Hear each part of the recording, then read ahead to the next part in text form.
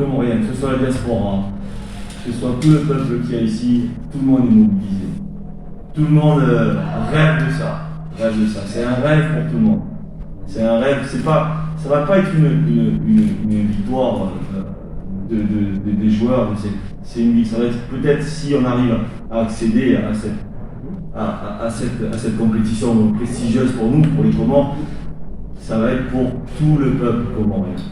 Tout le peuple. Et je sais que tout le peuple sera derrière. Je sais que voilà, la difficulté, il y a une limitation au niveau des places, mais je sais que les gens seront derrière leur télé à supporter l'équipe des Sévacans. Et je sais que voilà, ça va changer beaucoup de choses pour notre pays. Nous, on est là aussi pour faire avancer, pour emmener de la joie à ce peuple-là. Et donc là, on est parti pour ça et on veut faire ça. On veut écrire l'histoire.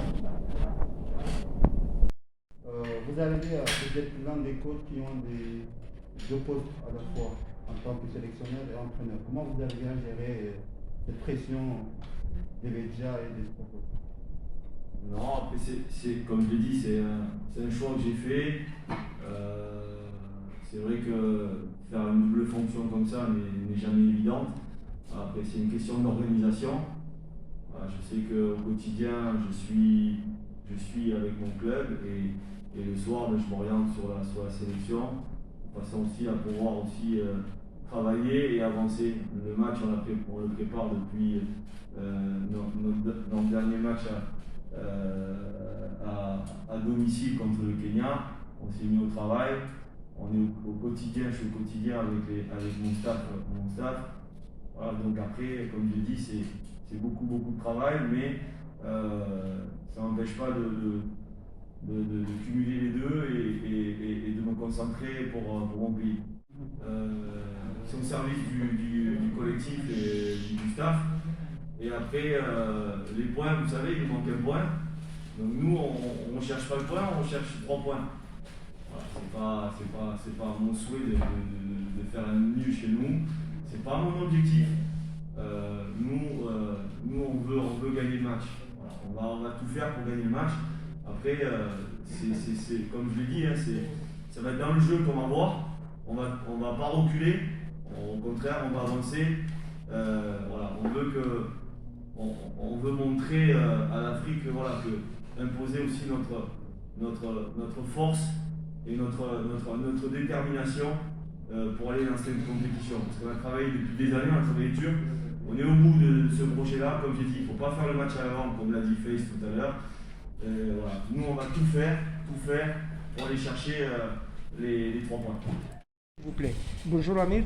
Je voudrais savoir, après avoir joué contre le Togo 4 fois, quel avantage croyez-vous avoir aujourd'hui sur le Togo, en sachant que lors de votre dernier match, comptant pour les éliminatoires, vous l'avez battu? Il n'y a aucun avantage. Il n'y a rien. C'est un match différent. Les matchs ne se ressemblent pas. Donc ils peuvent venir ici nous mettre sous pression. Parce que c'est une équipe qui n'a plus rien à jouer. Donc ils vont jouer avec. Ils vont avoir une équipe, je pense aussi, qui vont venir nous déranger ici pour nous gâcher la fête. Ils ne vont pas nous faire de cadeaux. Mais il n'y a aucun avantage du tout, parce que, comme je l'ai dit, les matchs ne se ressemblent pas. Ils ne se ressemblent pas du tout, donc nous, l'objectif, c'est d'être performant. On va se focaliser que sur nous on se focalise. L'adversaire, bien entendu, on connaît l'adversaire, les points forts et les faiblesses de cette équipe-là, mais il n'y a pas une fixation sur cet adversaire. Après, concernant le match, comme disait l'anglais, le match à domicile qu'on a joué ici, c'est dans un contexte différent et complètement différent. On était dans une situation où on sortait d'une élimination et il a fallu repartir. Il n'y avait pas tous les joueurs. Voilà, on était dans une période de doute. C'est complètement différent. Là, on est dans une posture où on est dans un leadership, où on a envie d'aller chercher une qualification. Eux, ils sont dans une autre posture. Donc c'est pour ça que le match il est complètement différent de ce qu'on pouvait attendre. Et aussi, il faut savoir aussi, on avait joué au stade de Moroni. Voilà, le terrain n'est pas pareil, c'est du synthétique.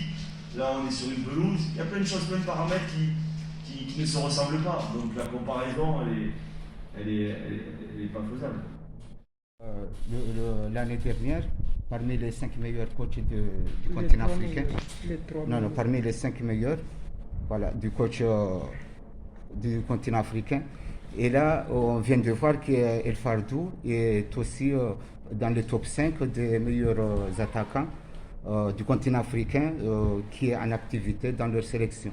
Donc c'est une progression qu'on n'a jamais eue dans notre équipe nationale. Donc que passez-vous avec cette progression? Donc ça se voit qu'on est presque arrivé au Cameroun à la phase finale. Non. Ce que des titres individuels, après c'est collectif pour moi. C'est bien sûr, ça fait toujours plaisir. Voilà, après c'est un travail qu'on fait depuis, comme je dis, depuis des années. C'est de la persévérance et c'est une continuité. Après, je ne vais pas dire que je suis surpris ou quoi que ce soit, mais voilà, il faut savoir aussi que si on fait la comparaison de tous les pays africains, voilà, on est une petite île. Forcément, les Comores, on est bien représenté maintenant par des joueurs qui jouent nos expatriés, que ce soit Face ou Boudja en Afrique ou d'autres joueurs ou Ben Fardou ou d'autres joueurs qui jouent et qui brillent aussi dans différents championnats. Voilà, c'est toute une récompense pour tout le monde et c'est une récompense pour le peuple. C'est pas que pour nous, c'est une fierté au niveau de notre peuple, au niveau de tout le continent.